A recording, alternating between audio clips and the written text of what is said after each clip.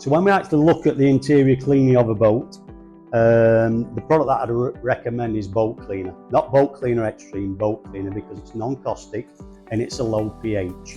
So once we've actually cleaned the interior of the boat, we can then move on to the conditioning side, which is a product called Fast-Finesse. So Fast-Finesse is kind of a speed detailing product that you can put on anything on the interior. The product itself is silicone based. It's very important because if you're actually working in a body shop environment or a marine environment where they're actually painting, then silicone is going to be a no-no. But to enable you to complete your range of or program, you are going to need a conditioning product, and this is the one that we recommend. So it's going to give you the gloss and it's also going to give you the durability. But what it's not going to do for you, it's actually not going to leave the surface areas sticky. It's going to allow them to dry out.